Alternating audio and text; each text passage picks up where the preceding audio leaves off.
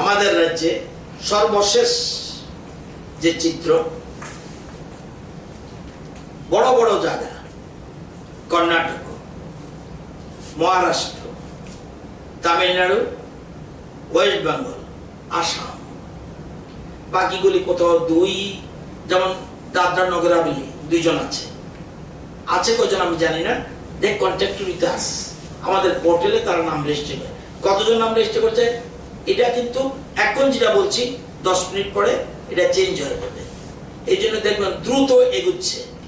আমি এখানে আসবো এর আগে 1 ঘন্টা আগে একটা নম্বর নিয়েছি, সেটার সংখ্যা হলো 25,800। আধা ঘন্টার মধ্যে ফিগারটা চলে আসলো 26,002। এই এখন এই মুহূর্তে 26,002। সুতরাং এটা এক জায়গায় থাকবে না। সবচেয়ে বড় স্টেটগুলির সংখ্যা এটা বললাম, কর্ণাটকে 8,758, মহারাষ্ট্র 1,070, তামিলনাড়ু 5,957, ওয়েস্ট বেঙ্গল 5,145, আসামে 1,151। এই বড় স্টেটগুলোর টোটাল 26,002। এখন কর্ণাটকে আমাদের দায়িত্বপ্রাপ্ত অফিসার রয়েছে কোন ডিস্ট্রিক্টে, বিশেষ করে বড় বড় স্টেটগুলির জন্য, তামিলনাড়ুর জন্য, তেলেঙ্গানার জন্য, কর্ণাটকের জন্য, আসামের জন্য, পশ্চিমবঙ্গের জন্য, মহারাষ্ট্রের জন্য অফিসার কন্ট্যাক্ট, এবং পার্টিকুলার এক অফিসার আরেকটা খবর জানে না। এই জন্য প্রত্যেক অফিসারের সাথে আমি কন্ট্যাক্ট করেছি এবং তথ্য দিয়েছে। কর্ণাটকের যে প্রশ্নটা বলছি, আমরা যখন তথ্য দিয়েছে এর মধ্যে চেঞ্জ হয়ে গেছে একটু পরে।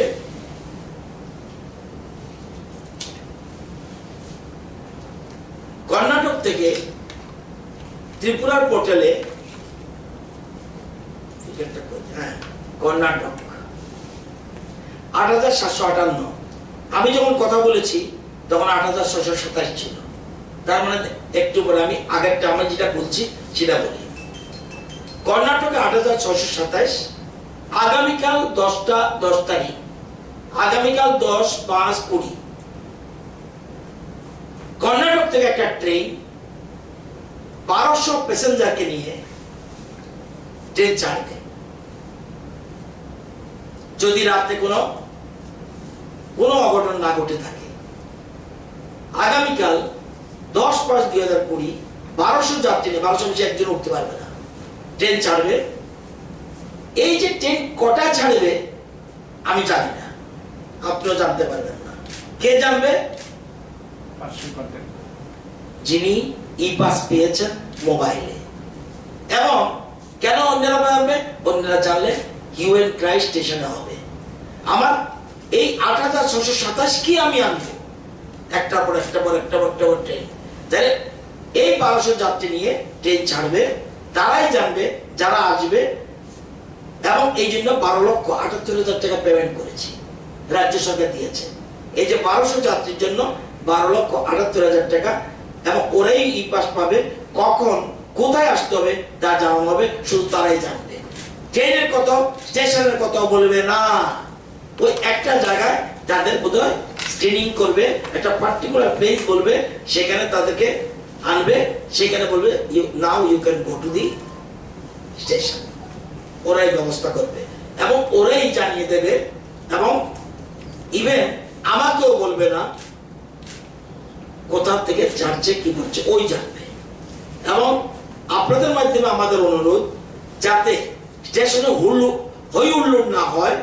এবং হই হুল্লোড় হলে এই যে 1200, আমার তো আছে 8,000 উপরে, তাহলে সবাই যদি ট্রেনের খবর পায়, আমরা যেমন কালকে আমি বলেছি চেন্নাই ট্রেন আসবে, চিন্তা করবে না, ফার্স্ট কাম ফার্স্ট সার্ভিস।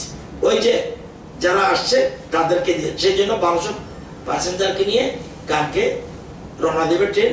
কখন আমি জানি না, but train will start from tomorrow. কালকে আসবে এবং তারাই জানবে কটার সময় রওনা দেবে।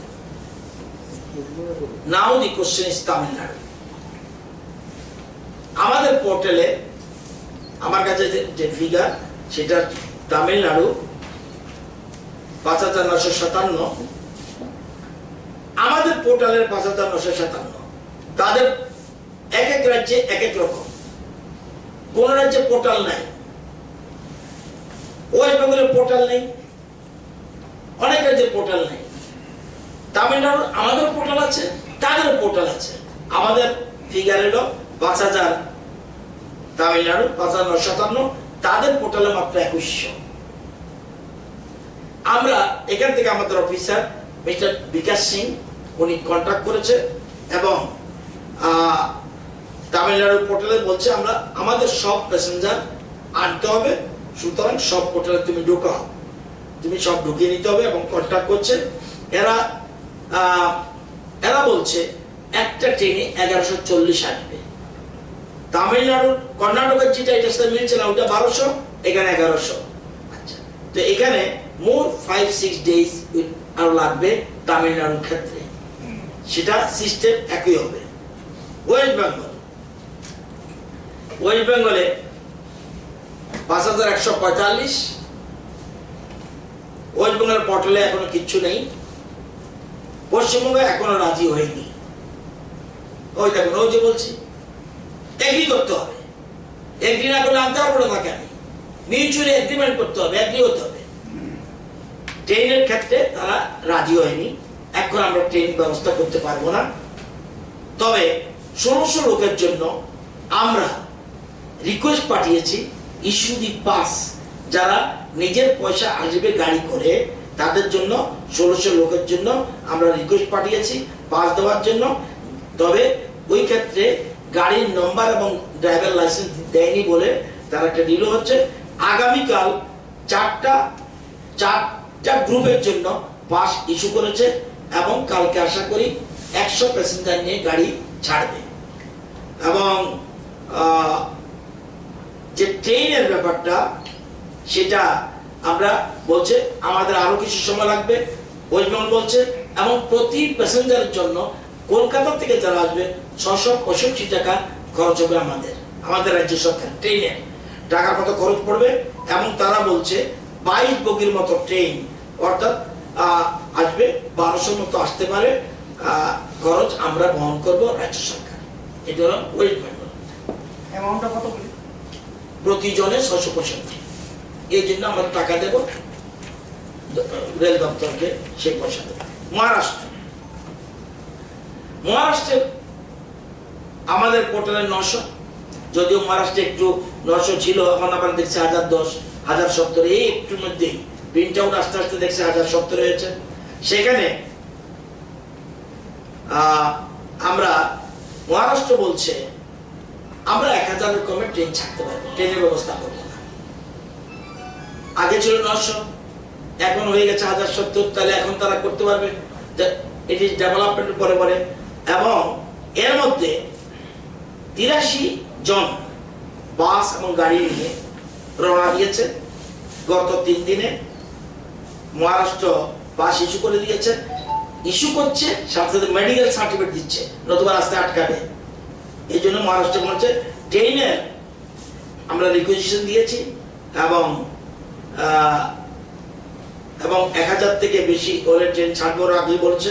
তো এখন এর মধ্যে মহারাষ্ট্রের একটা হলো বোম্বে বেশি ৬০০-৭০০ মতো আছে, পুনে ১০০-র মতো, এবং নাগপুরে নাসিক, অরণবাদ এইসব জায়গার থেকে সংখ্যাটা মেইনলি বোম্বেতে ৬০০-৭০০ মতো আছে। এটা আমরা যোগাযোগ করছি।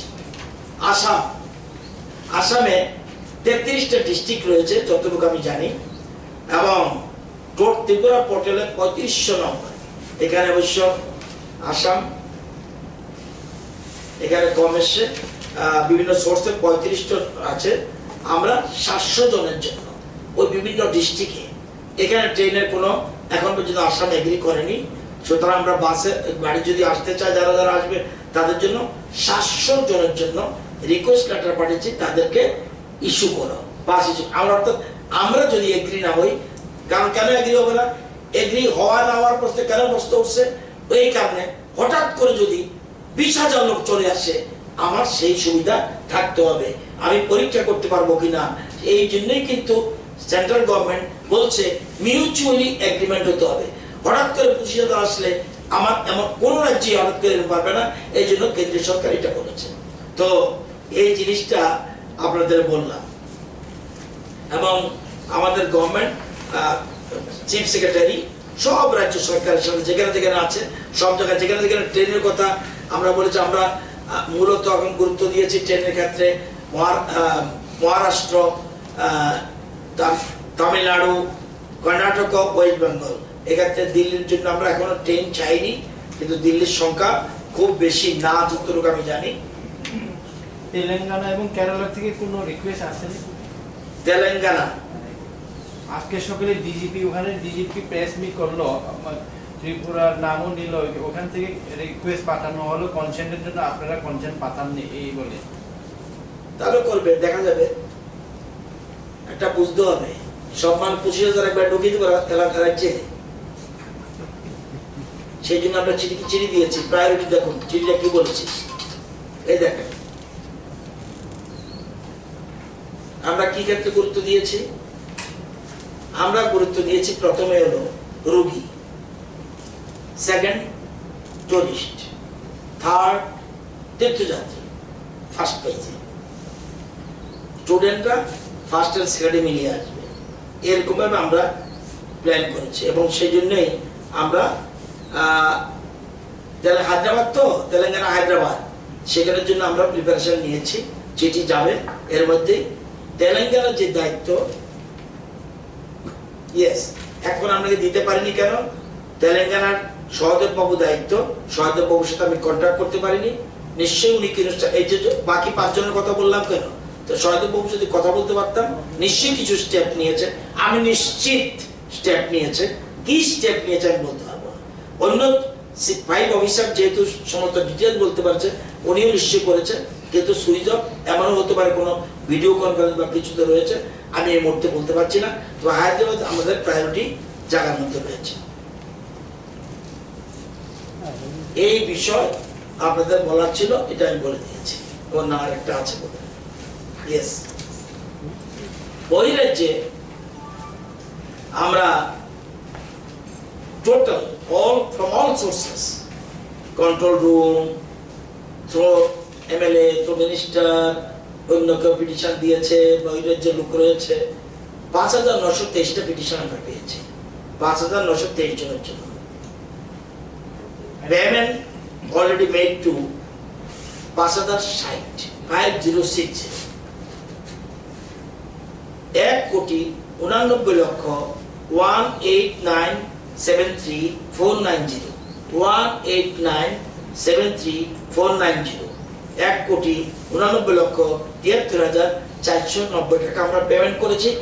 863টা পেন্ডিং আছে, এটা সোমবারে পড়বে। আজকে কালকে ব্যাংক বন্ধ, সেজন্য এটা হয়নি। তাহলে 8 জন হলে তাহলে প্রায় 100-150 মতো আর বাকি থাকবে, প্রসেসে রয়েছে 863। তাহলে 5,060 এর পেমেন্ট হয়ে গেছে, 5,923 এর মধ্যে 863টা আন্ডার প্রসেস। পেমেন্ট কি ইকুয়াল না, মানে না, ইকুয়াল তো হবেই না। কেউ বলছে আমি 300 টাকা আমার ঘর ভাড়া, তা 300ই পাবে। কেউ বলছে আমার 700 টাকা ঘর ভাড়া, কেউ বলছে আমার 1300 টাকা ঘর ভাড়া, সে 1000 পাবে। ইকুয়াল তো প্রশ্নই উঠে না। কারো ফ্যামিলি মেম্বার বেশি, পার হেড সিস্টেম। তো আমরা তো বলছি যদি খাওয়ার জন্য আমরা 150 টাকা ত্রিপুরা ভবন ছাড়া, আর থাকার জন্য 1000 টাকা সর্বোচ্চ।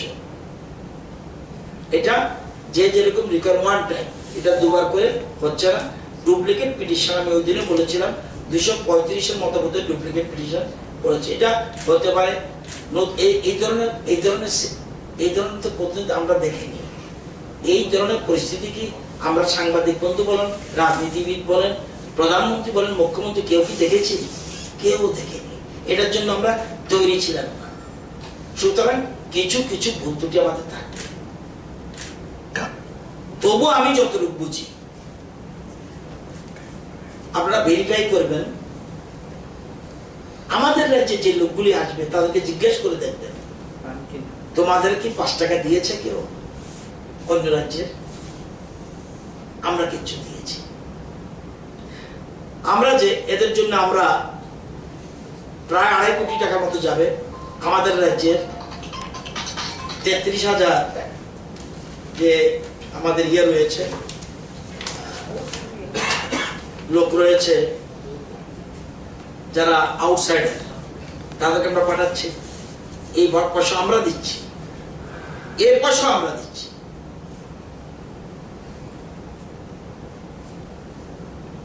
আমরা গরিব হতে পারি, আমাদের মন বড়। আমরা গরিব হতে পারি, আমাদের মন বড়। আমাদের জায়গা ছোট, তবু আমাদের আন্তরিকতার কোনো অভাব নেই। বলুন না, আমাকে 10টা লোক দাঁড় করে দিয়েন তো যে ওই রাজ্যের লোকরা 10 টাকা দিয়েছে কিনা, একটু দাঁড় করাবেন, I will be happy man. আছে আজকে যে আমি বলছি একটু আগে যে সংখ্যাটা বলছি, দলায় যেটা বলছি, দেখুন দলায় একটা সংখ্যা বলছি 276 রাখেন। ইয়েস, এর মধ্যে গুড নাম্বারস, আগে যেগুলি লিঙ্ক ছিল সেই লিঙ্ক অলমোস্ট কমপ্লিটেড। আগে যেগুলি লিঙ্ক ছিল, চেইন ছিল, সেগুলি অলমোস্ট কমপ্লিটেড। তো সুতরাং আজকে এই কালকে রাতে যেটা 30, এটার এখন লিঙ্কগুলি তৈরি হচ্ছে এবং এর মধ্যে কিছু পৌঁছে গেছে। আজকে টোটাল স্যাম্পল বোধহয় 600 সামথিং এর মতো চলছে আমাদের রাজ্যে। আমরা যদিও আমাদের পরিকাঠামো তত না, এর মধ্যেও রাত দিন চিকিৎসকরা, চিকিৎসক সাথে যুক্ত কর্মীরা যেভাবে, আমি তো লাস্ট ঘুমানোর আগে 12:30টায় ফোন করি, আজকে কটা পর্যন্ত চলছে? স্যার এখনো চলছে। 12:30 তখন মজুমদার তখনও জেগে রয়েছে, হেলথ স্টাফ তখনও জেগে রয়েছে। আমার তো মনে হয় একসাথে বাইরের লোক আসছে, তাদের যখন ওই যেমন সিমটমস থাকে বা না, হটস্পট হলে সিমটম না থাকলেও তো আসতে হবে, এগুলি করতে হচ্ছে। নতুবা আমি যদি রিপোর্টটা, যেমন কালকে কোটার লোক কখন এসছে রাতে জানেন?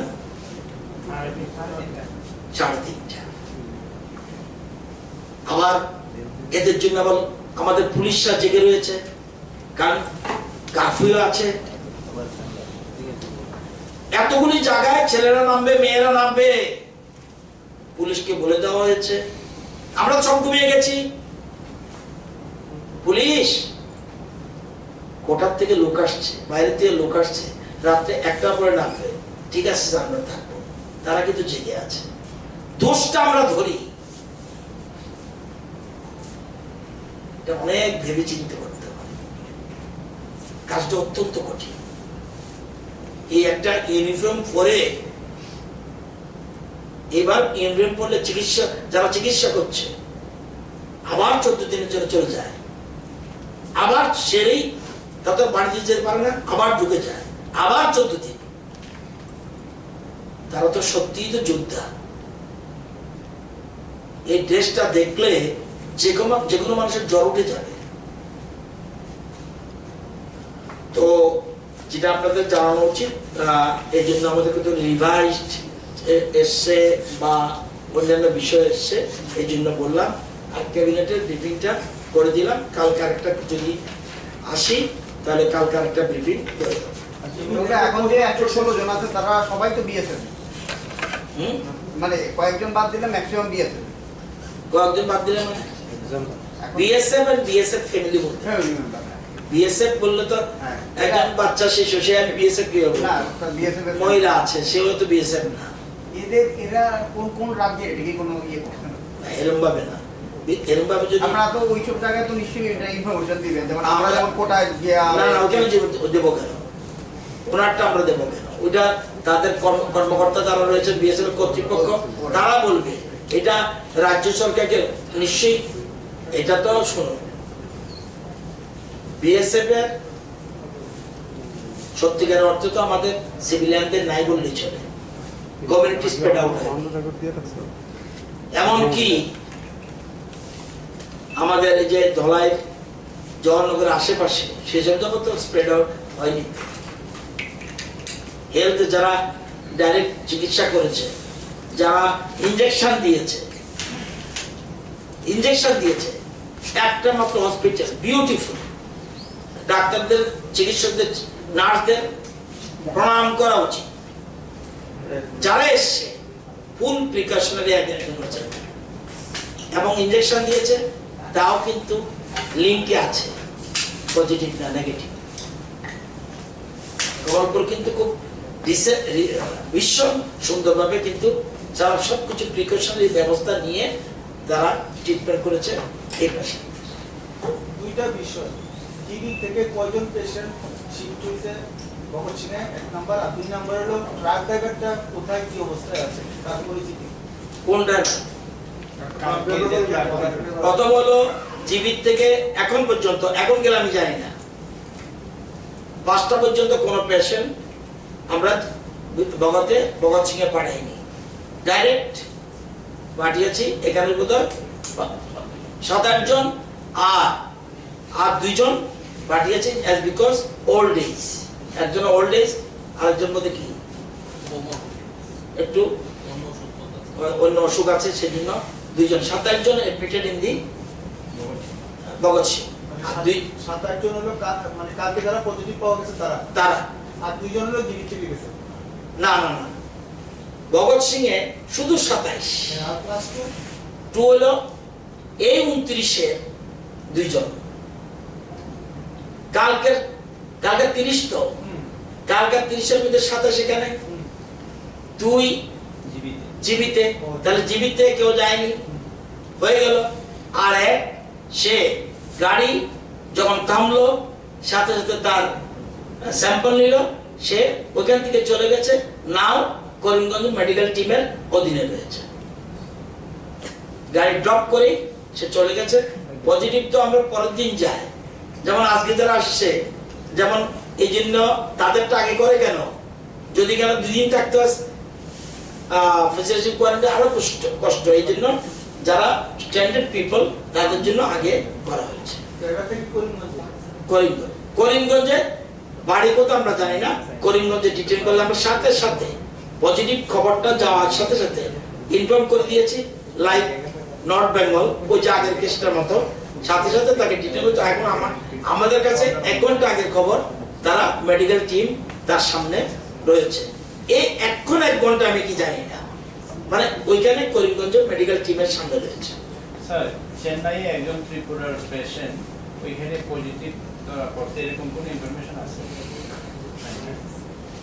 এটা কোভিড সম্বন্ধে কথা বলতে সাবধানে কম রাখবো, আমার আমি আন্তর্জাতিক হঠাৎ করে বলবো অসুবিধা, আমি শিওর না। তবু আপনি যখন বলছেন খবর নেই তো দিদি, আমাদের ত্রিপুরার কেউ চেন্নাইতে কোনো পজিটিভ কেস পড়ছে কিনা, হচ্ছে কিনা ইনফরমেশন আমাদের একজন আছে কনফার্ম, কালকে ধরা পড়ছে, আমরা জানি না, আমি জানি না, নিশ্চয়ই জানবে দপ্তর। এখানে তার নিয়ম হলো ওই স্টেট গভর্নমেন্ট সাথে সাথে রাজ্য সরকারকে জানিয়ে দেয়, যেমন আমরা করিমগঞ্জে জানিয়েছি। আসামকে বলার পরেই তার লোকেশন করে তাকে ডিটেইন করেছে করিমগঞ্জে। টিবি পেশেন্টদের কি শিফট করার কোনো ট্রেনিং আছে? ট্রেনিং আছে, কারণ নিয়মে তো 2টা মাত্র সিট, নিয়মে ঠিক আছে বেটার ট্রিটমেন্টের জন্য থাকলে ভালো, নিয়মে তাদের সবগুলি কেসে 2 জন ছাড়া অ্যাসিম্পটোমেটিক, ওই যে কমলপুর এন্ড প্রথম লোকটা ছাড়া সবই তো অ্যাসিম্পটোমেটিক, সেই জন্য ট্রেনিং আছে। স্টেট গভর্নমেন্ট থেকে একটি রিপোর্টের জন্য বলা হয়েছিল বিএসএফ হায়ার অফিসিয়ালদের সোর্সটা বের করার জন্য, তো কোনো কি আপডেট? আমার কাছে খবর হলো বোধহয় খুব সম্ভব আইজিবিএসএফ বোধ হয় আইজিবিএসএফ বোধ হয় সিএম এর সাথে দেখা করেছে, খুব সম্ভব, আই এম নট কনফার্ম, এবং বলছে না তুমি রিটার্ন রিপোর্ট দাও, খুব সম্ভব। আমার বোধহয় আমি যদি ভুল না করে থাকি, সিএম সাহেবের সাথে আমার যখন কথা হয়েছে তো বলছে যে আইজিবিএসএফ বোধহয় দেখা করেছে বলেছে, তো আমি বলছি না রিটার্ন রিপোর্ট দাও। জওহরনগরের পাশে বিএসএফ কেন্দ্রটা, ওটার পাশে যেটা ট্রাক টার্মিনাস আছে বা আশেপাশে যে জায়গা, ওখান থেকে সিভিলিয়ান কতজনের স্যাম্পল নেওয়া হয়েছে? অনেক সংখ্যা, অনেক লিঙ্ক, আর ওই যে 3 কিলোমিটার যেটা, এটার থেকেও বিরাট সংখ্যা, এই যে সংখ্যা বাড়ছে, যে আমাদের সংখ্যা যেটা আছে যে প্রচুর সংখ্যা বেড়েছে। আপনার অনেক স্টেটে এত সংখ্যা পরীক্ষা করেছে কিনা, এটা একটা খবর নিয়ে তো। নর্থ ইস্ট না, আসামের থেকেও বেশি না, এটা না, স্যাম্পল কালেকশন। এটা কালকে লইয়েন, কালকে একটা তথ্য লইয়েন। আমার মনে হয় আমাদের মধ্যে এত স্যাম্পল কালেকশন কেউ করে না। আমি যতটুকু জানি শুনছি আমি কালকে যে আমরা স্টেট বেশি স্যাম্পল কালেক্ট করছি। কিছু ইনফরমেশন আছে যে